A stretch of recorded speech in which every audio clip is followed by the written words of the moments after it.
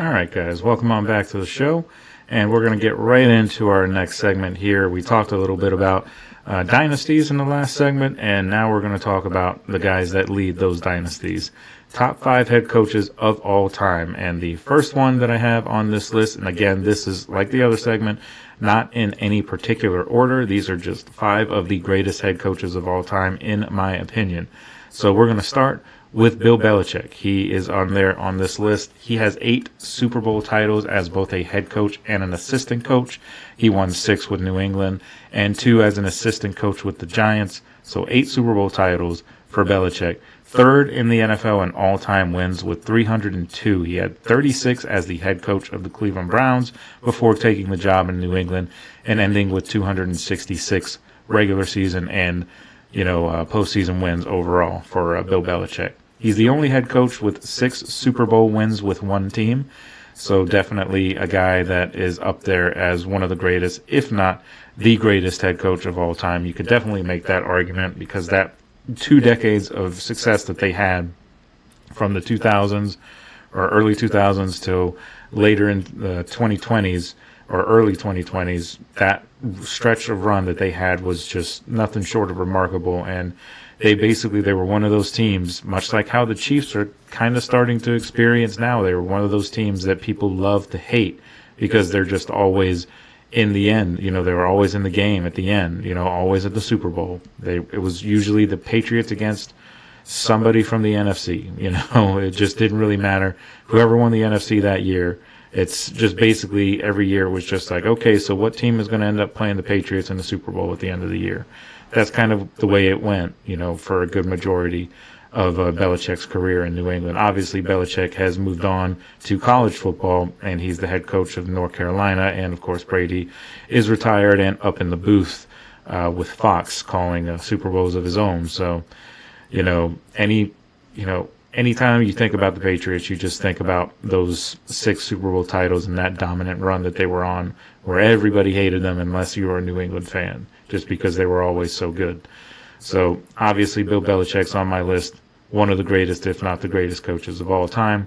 Another guy on this list is Chuck Noll. He was the assistant to the head coach Don Shula when Don Shula was with the Baltimore Colts back in the day from 1965 to 1968, and then he was selected as the Pittsburgh Steelers head coach in 1969, ended with a 193 and 148 record as a Steelers head coach. That's just a few percentages over a 500 record, and that record may not seem amazing to people when you just look at it at face value, but they got off to a pretty rough start under Chuck Noll's guidance. They didn't really have a great team until a couple years ago once they drafted Joe Green. When they drafted Joe Green, that's when things started to turn for the Steelers, and the 70s was a dominant decade for the Steelers. They won 4 Super Bowls with Terry Bradshaw and that steel curtain defense, and he's one of only 3 head coaches in Steelers history as well.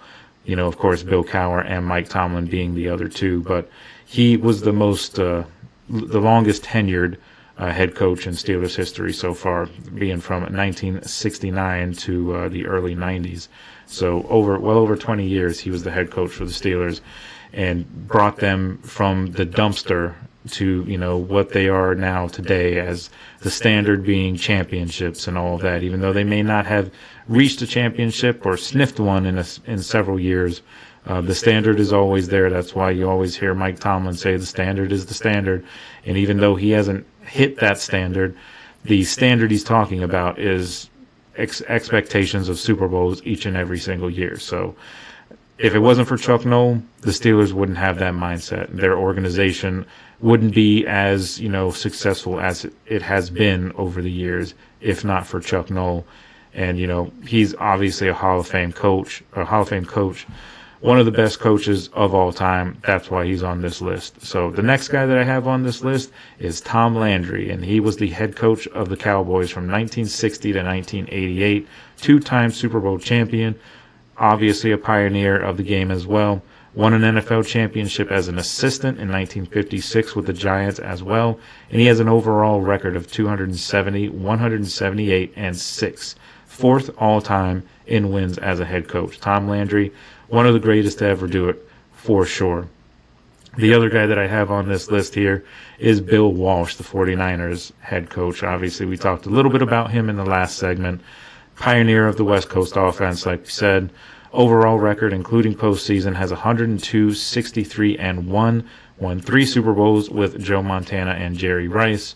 And then in 7 of Bill Walsh's last 8 seasons, the 49ers had 10 or more wins each and every regular season. And they were in the NFC playoffs in each of those years. So Bill Walsh, of course, goes without saying that he is one of the greatest to ever do it. That 49ers team of the 80s and, of course, the early 90s, when they had those guys, even when, obviously Bill Walsh wasn't there when Steve Young won the Super Bowls, but if not for Bill Walsh, the 49ers don't get Steve Young to begin with, and maybe they don't win a couple more Super Bowls with him. And, maybe they're only stuck at 3 if, not for, or maybe they don't even have 3 if not for Bill Walsh. That's how great that team was, under his guidance. So he's definitely up there as one of the greatest of all time. The other guy that I have on this list is Andy Reid. And Andy Reid we talked a little bit about in the last segment as well. And he's the only coach, like I said in the previous segment, he's the only coach to lead 2 franchises in all-time wins. 6 Super Bowl appearances as a head coach, 3 Super Bowl wins, all with the Chiefs, and overall record 301, 163, and 1, and that is including a 28-17 postseason record. He's been to the AFC Championship game in 7 straight seasons, and been to 6 Super Bowls, like I said, 5 Super Bowls as the head coach of the Chiefs, and 1 with the Eagles. And obviously the Eagles, the other team that he leads in all-time wins when it comes to head coaches. So Andy Reid definitely has to be up there as one of the greatest of all time. And he's still going, too, so he could add to that resume. He could add to his Super Bowl wins. Obviously he's going to add to his overall record because the Chiefs are going to be, a 10, 12, 13, 14 win team usually every year. So they're going to get at least above 10 or 11 wins every single year. With that dynamic of Patrick Mahomes and Andy Reid, they've been dominant together. And, of course, Travis Kelce on that team as well, even though Travis Kelce is kind of on the back end of his career now. But that time when Kelce was in his prime with Mahomes and Andy Reid, that was an almost unstoppable force, especially when they had Tyreek Hill, stretching defenses with his speed. They don't necessarily have the greatest offense anymore. Obviously, it's still good enough to get them to the Super Bowl like they were last year, but their offense has taken a dip or at least this past year it did. But, you never doubt the Kansas City Chiefs with Andy Reid and with Patrick Mahomes, because they will always be in the conversation for the Super Bowl every single year as long as those guys are together. They're just constantly, in there, constantly the guys that you have to overcome in the AFC to, get to the mountaintop or win a Super Bowl. Even in the NFC, a lot of teams feel like they have to beat the Chiefs, because that's going to end up being the team they face in the Super Bowl anyway, because the Chiefs just always get there. But we'll see what happens this year. They lost some players, and, I don't know, maybe we'll get a little bit of a Super Bowl hangover, as they were kind of exposed a little bit in that Super Bowl with not being able to control the pass rush of the Eagles. But, as good as a coach as Andy Reid is, you figure that he'll probably get something figured out, and they'll be better next year in that area, most likely.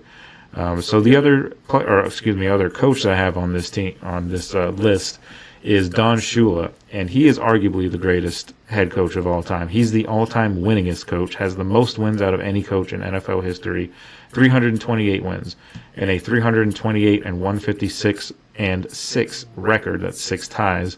And he won 1 Super Bowl with the Dolphins, but that Super Bowl that he won with the Dolphins, and he also had been to one with Dan Marino as well, but that Super Bowl they won in 1972, he became the only coach to ever coach a team to an undefeated season and win a Super Bowl in that same season. That is a record that is still good today.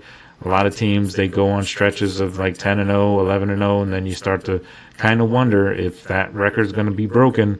The Patriots came the closest with an undefeated regular season and then losing in the Super Bowl to the Giants.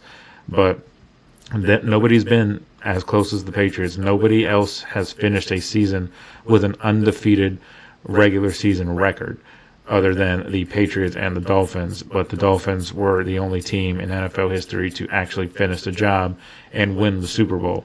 So Don Shula, he's got to be up there.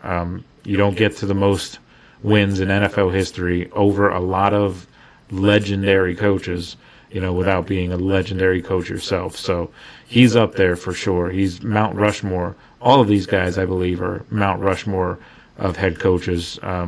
Maybe you can add on another guy if you can find some more space on Mount Rushmore. If you think of one, Jimmy Johnson, deserves an honorable mention as well. He was a great head coach also, and probably could have won more Super Bowls if he were to stay with Dallas.